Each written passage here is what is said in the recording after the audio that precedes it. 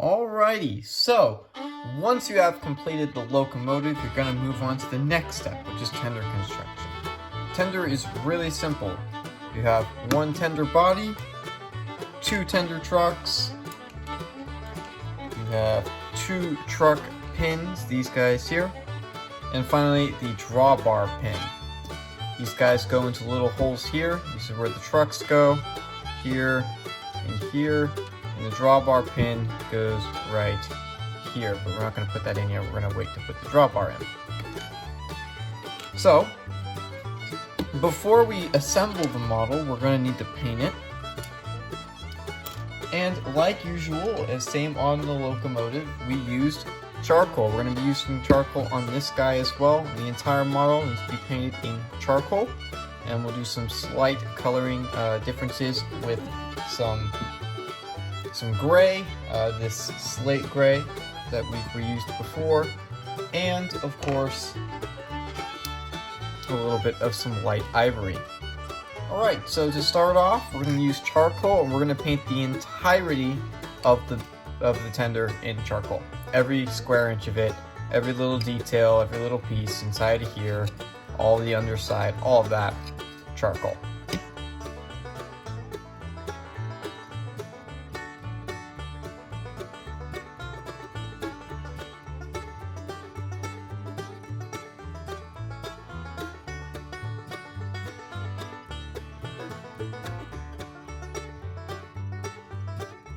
Alrighty, so now that the tender is all gray, we got to paint the underside here, or this little lip here, white.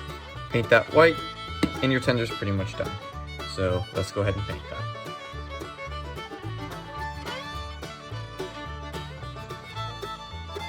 I am definitely going to have to do some touch-up painting on this guy, because those white lines were not straight whatsoever. So, we'll do that. But now those white lines are on there, the last step is to paint the tender trucks.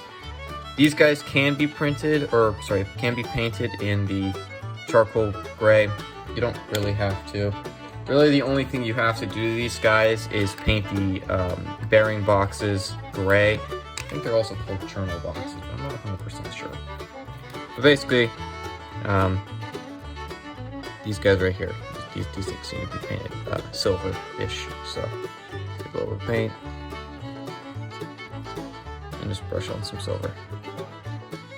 And that's it. So just got to go all the way around the model and do that to each of the little boxes there, and then you're done. The final step is to pin the tender trucks to the tender. Simply put the tender truck on there like so. Take the pin and pop it in there, and you're done. Do it to the other one as well, and this is going to be a little more difficult, but yeah. Boom. Just like that. And once they're in, you're all good. The final step is to pin the locomotive to the tender. It's a pretty simple step. Take the drawbar connection that we have here. Got to hold it in place. It's a bit finicky. And just pop it into place here. Push it up all the way to the top. Put the locomotive down for a second. Take your pin for the tender, and what you're going to do is you're going to put some glue on it, shove it in there, and then your locomotive is done. I did pull out the side truck here because it would be a little bit easier to access this tender pin system here. There we go. Right there. Let's pop this guy back into place here.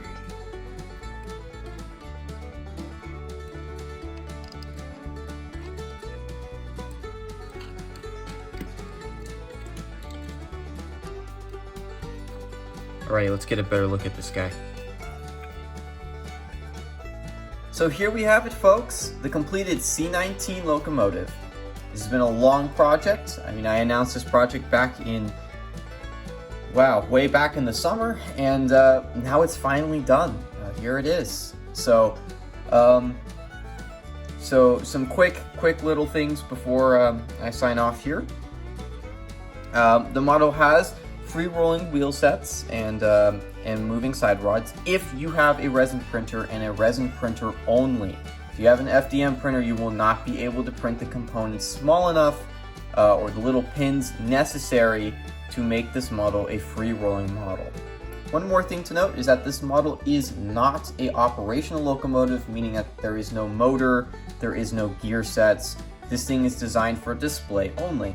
So if you have an ON30 railroad or even an HO scale railroad and you love narrow gauge, this would be a great locomotive to just put in a yard or put in front of a station, maybe even a little scrap pile in the back. It's a great little locomotive to have. Yeah, so there you have it. There's going to be a couple more videos that come out. I'm planning on doing a very short video on how to make a coal load for this locomotive out of foam and just other little debris and stuff. I'll make a video on that. And then I have a lot more ON30 narrow gauge rolling stock that I am currently designing. And one of those videos will come out very soon, where I'll be talking about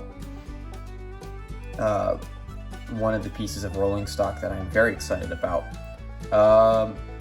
Another thing too is I have been asked a question of why did I do a C-19 locomotive, why not a mud hen or a K-36? And the reason why is the C-19s were the first locomotives I have remember being getting up close and personal with, being operational locomotives.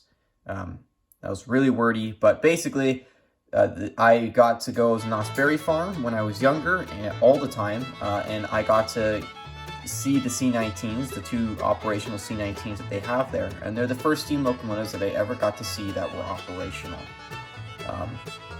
Real steam locomotives, not some fake theme park train, but real steam locomotives. So that's why.